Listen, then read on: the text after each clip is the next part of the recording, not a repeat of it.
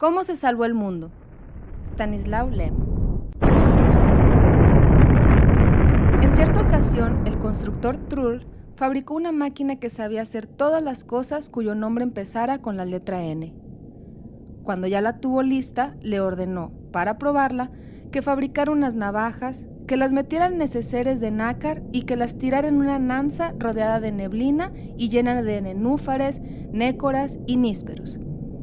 La máquina cumplió el encargo sin titubear, pero Trull, todavía no del todo seguro de su funcionamiento, le dio la orden de fabricar sucesivamente nimbos, natillas, neutrones, néctares, narices, narigueras, ninfas y natrium. La máquina no supo hacer esto último y Trull, muy disgustado, le exigió una explicación de ese fallo.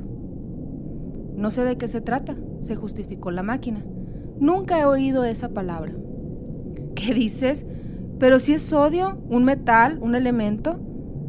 Si se llama sodio, empieza con S, y yo solo sé hacer lo que empieza con N. Pero en latín se llama natrium. Amigo Trull, dijo la máquina, si yo supiese hacer todas las cosas que empiezan con N en todas las lenguas posibles, sería una máquina que lo sabe hacer todo en el alfabeto entero, porque no hay cosa cuyo nombre no empiece con N en alguna de las lenguas del mundo. Hasta ahí podríamos llegar. No puedo ser más sabia de lo que tú mismo habías programado. Del sodio, ni hablar. Está bien, accedió Trull, y le mandó a hacer una nebulosa. La hizo enseguida, no muy grande, pero muy nebular. Entonces Trull invitó a su casa a Clapaucio y le mostró la máquina, cuyas extraordinarias cualidades y aptitudes alabó y ensalzó tanto que finalmente Clapaucio se puso nervioso sin que se le notara y pidió permiso para hacer él también algún encargo a la máquina. Con mucho gusto, dijo Trull, pero la cosa tiene que empezar con N. ¿Con N?, dijo Clapaucio. De acuerdo, que haga todas las nociones científicas.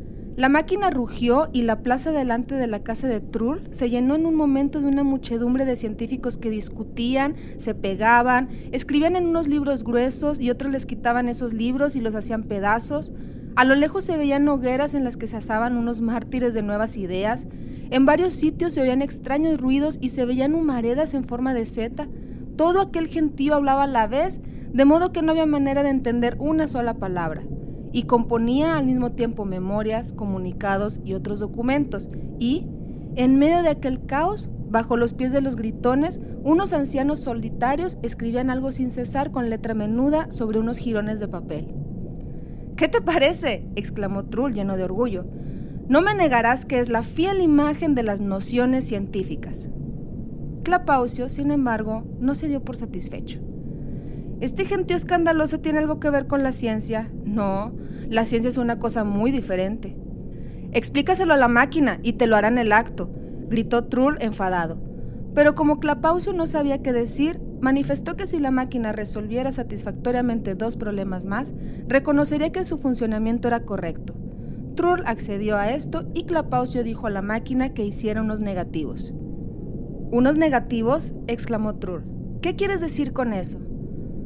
¿No lo entiendes? Es como lo contrario de las cosas, contestó con mucha calma Clapaucio, como si volvieras las cosas al revés. No finjas que no lo comprendes. ¡Venga, máquina, a trabajar! Pero la máquina ya llevaba un buen rato funcionando. Primero hizo antiprotones, luego antielectrones, antineutrinos, antineutrones y no paró de trabajar hasta que hubo creado gran cantidad de antimateria, la cual empezó a formar lentamente un antimundo, parecido a una gran nube de extraño brillo. «Psst», dijo Clapaucio displiciente. «¿Esos son los negativos?»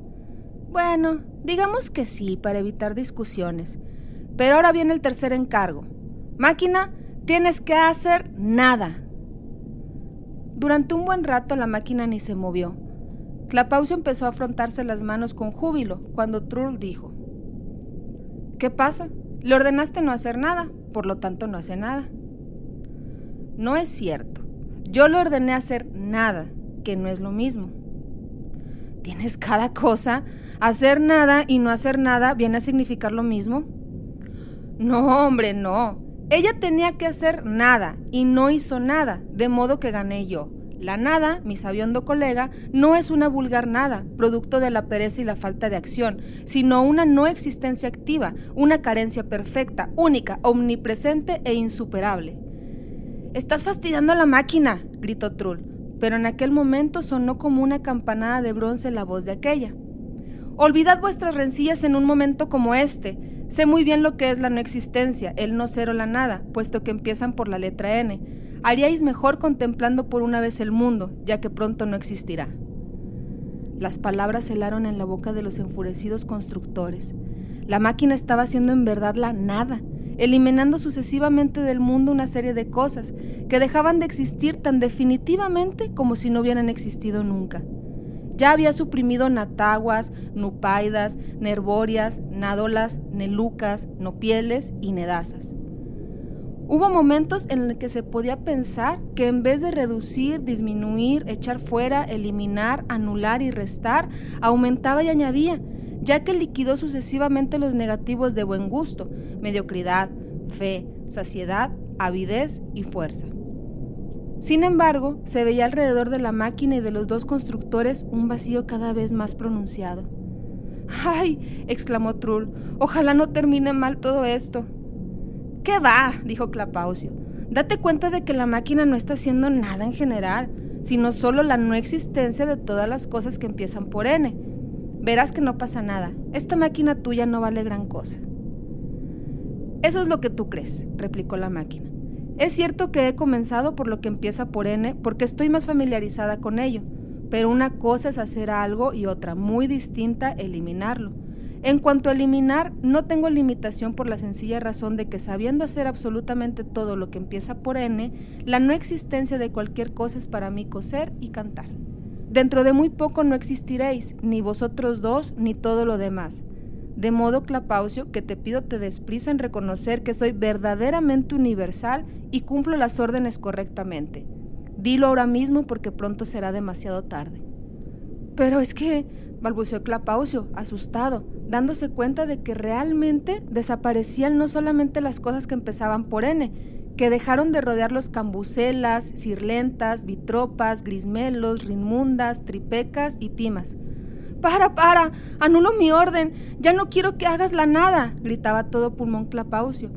Pero antes de que la máquina se detuviera, desaparecieron todavía grisacos, plugbas, fildones y zambras.